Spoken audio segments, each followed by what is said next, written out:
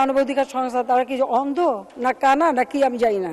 মাননীয় স্পিকার, আর গণতন্ত্রের কথা তো আমি বললাম যে এতদিন পর্যন্ত গণতন্ত্র তো ক্যান্টনমেন্টে বন্দী ছিল, রাত্রে হতো কারফিউ।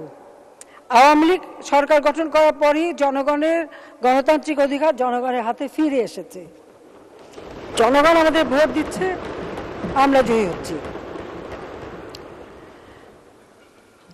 অত্যাচার নির্যাতনের কথা শুনি, যে অত্যাচার নির্যাতনের শিকার আমাদের আওয়ামী লীগের নেতাকর্মী।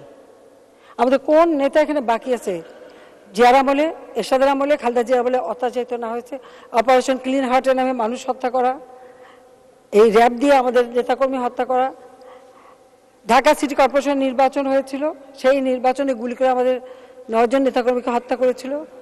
সেই মাগুরা মার্কা ইলেকশন নামে কি প্রহসন। খালেদা জিয়ার কথা যারা যে বলে, সে তো যেমন এরশাদ সাহেব 88 সালে ভোটারবিহীন ইলেকশন করে আবার নিজেকে রাষ্ট্রপতি ঘোষণা দিল, 90 সালে বিদায়। খালেদা জিয়া 15 ফেব্রুয়ারি 1996 সালে ভোটারবিহীন নির্বাচন করেছে, জনগণ মেনে নেয়নি, 30 মার্চ বিদায়। 2006 সালে 1,23,00,000 ভুয়া ভোটার নিয়ে নির্বাচন করতে গেল, জনগণ তাকে বিদায় দিয়ে দিল। হ্যাঁ, তারপরে এখানে এমার্জেন্সি ঘোষণা হয়েছে, সেই নির্বাচন বাতিল হয়েছে, ভাগ্যিস বাতিল হয়েছে। কারণ 2001 থেকে 2006 দেশে কি ছিল?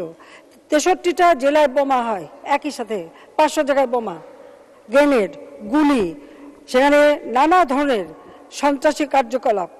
এই বাংলাদেশ তো সন্ত্রাসীর অভয়ারণ্যে পরিণত হয়েছিল। আর গ্রেনেড হামলা থেকে তো বেঁচে গেছে, আল্লাহ বাঁচিয়ে দিয়েছেন, কিন্তু আইভি রহমান সহ অনেককে আমরা হারিয়েছি। কাজে এইভাবে আমাদের বহু নেতাকর্মী, হাজার হাজার নেতাকর্মী, সেনাবাহিনীর অফিসার, সৈনিক, বিমান বাহিনী, তাদেরকে তো জীবন দিতে হয়েছে, বারবার কু হয়েছে। এরকম একটা অস্বাস্থ্যকর পরিবেশ, এবং এদের হাতে নির্যাতিত আমাদের বহু নেতাকর্মীর গায়ে এখন দাগ আছে। সেই অবস্থা থেকে আমরা সবাইকে তো আজকে জনসভা করছে, বক্তৃতা দিচ্ছে, আমরা রেডিও টেলিভিশন উন্মুক্ত করে দিয়েছি, প্রাইভেট সেক্টর ইচ্ছা মতো টক শো করছে।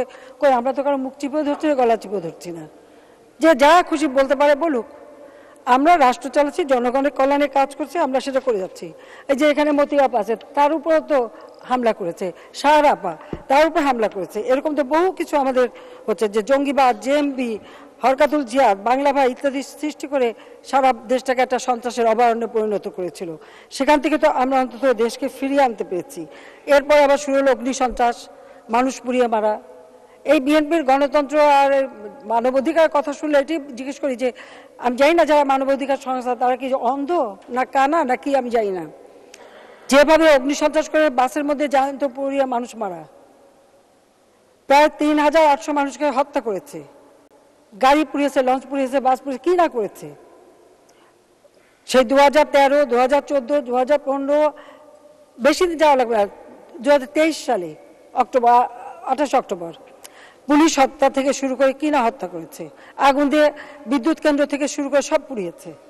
সেই অবস্থা থেকে অন্তত একটু বলতে পারি যে 2009 ওই ধরনের সন্ত্রাসী জঙ্গিবাদী সব কিছু মোকাবেলা করেও বাংলাদেশটাকে কিন্তু আমরা অর্থনৈতিকভাবে এগিয়ে নিয়ে যাচ্ছি।